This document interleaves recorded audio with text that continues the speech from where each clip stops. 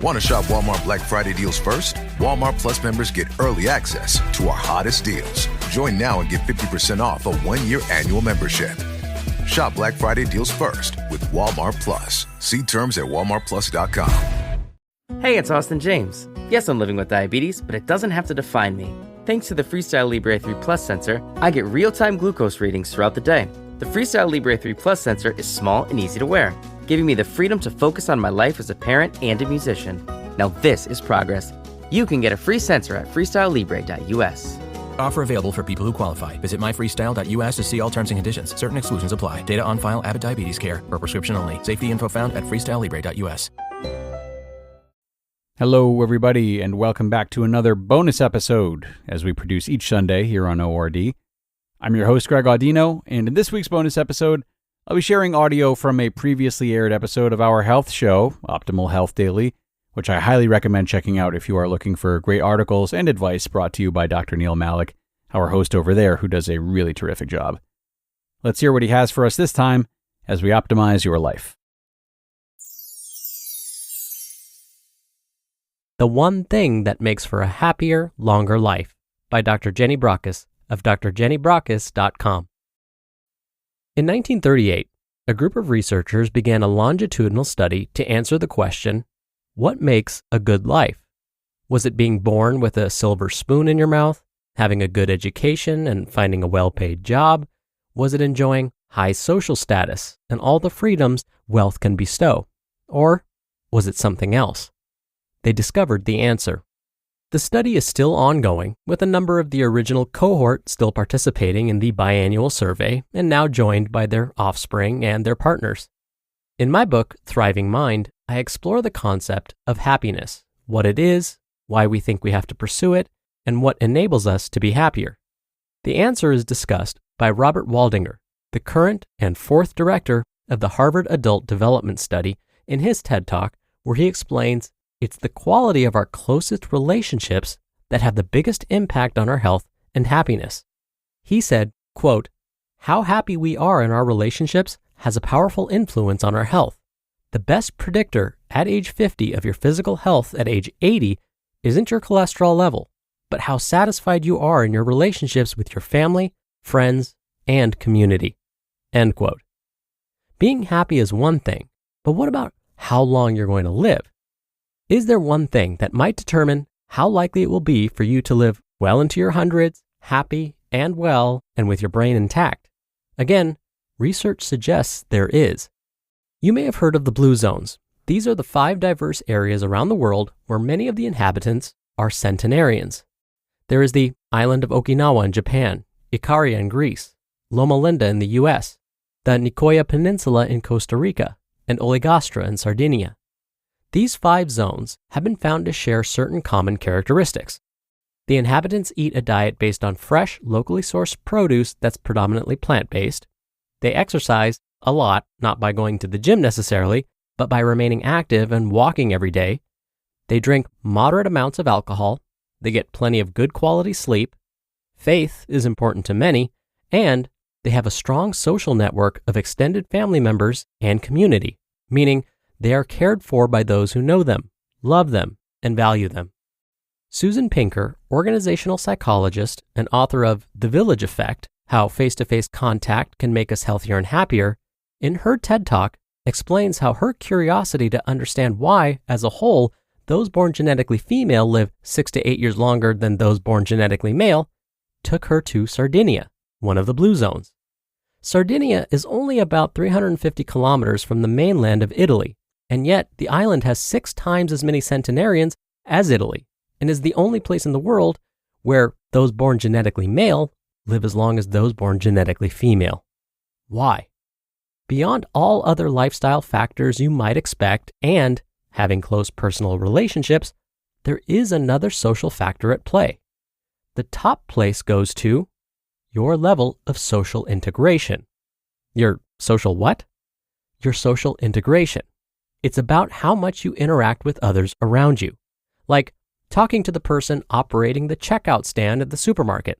I knew there was a reason I disliked those self-checkout stalls so much. Or asking how the barista who makes your coffee every day in your favorite cafe is doing. or sharing a cheery good morning to a fellow dog walker you pass on the street, or saying thank you to the driver who stops to let you cross the road, or introducing yourself to the person who just sat down next to you on the plane, train, or coach, assuming no restrictions, of course, who's going to be your companion for the next 5 hours on your shared journey.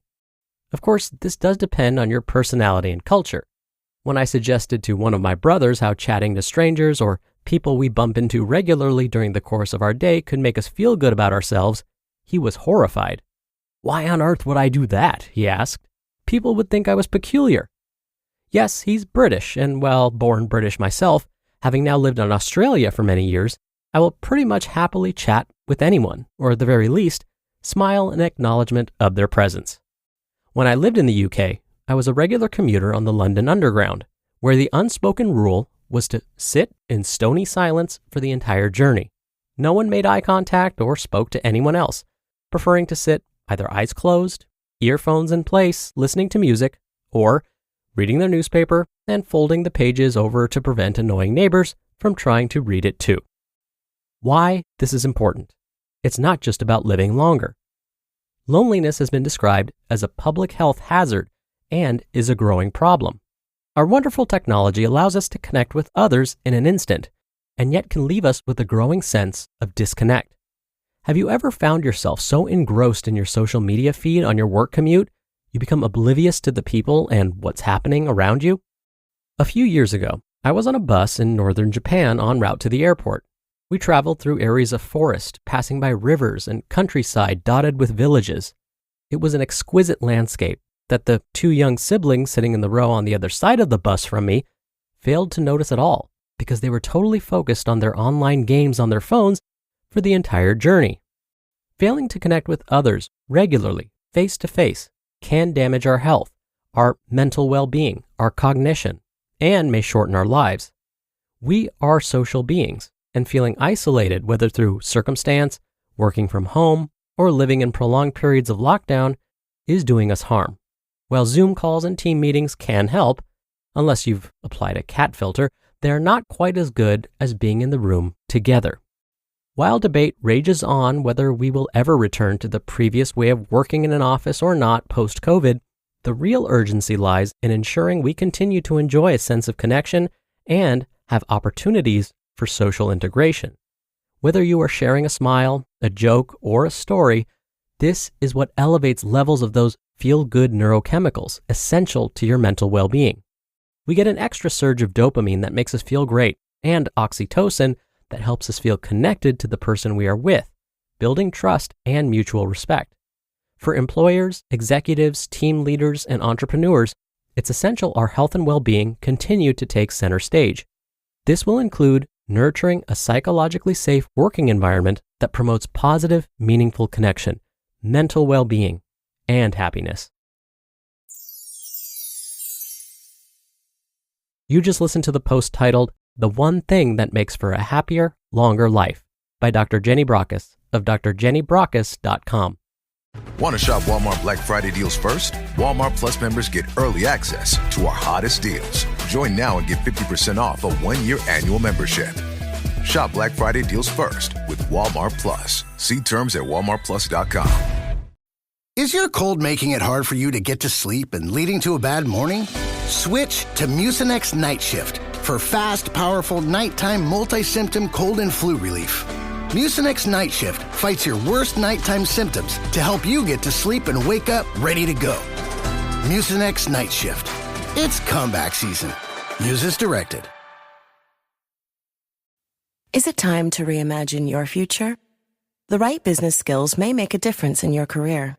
At Capella University, we offer a relevant education that's designed to focus on what you need to know in the business world.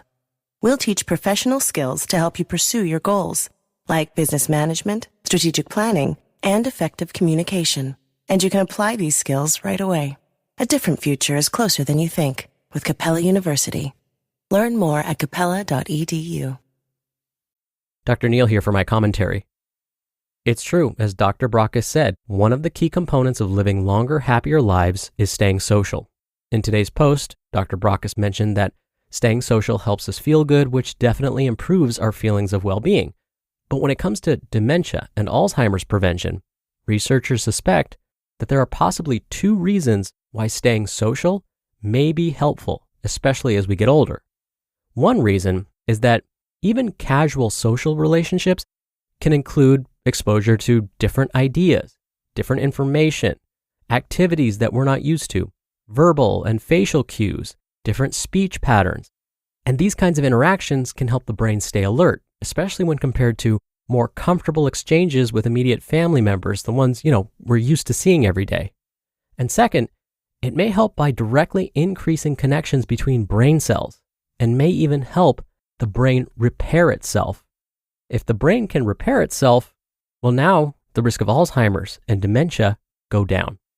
So if you haven't had a face-to-face interaction in a while, maybe use social media or pick up the phone, call someone, and schedule a meetup. All right, that'll do it for today. I hope you're having a great day so far. Thank you so much for being here, and I'll see you back here on tomorrow's episode where your optimal life awaits.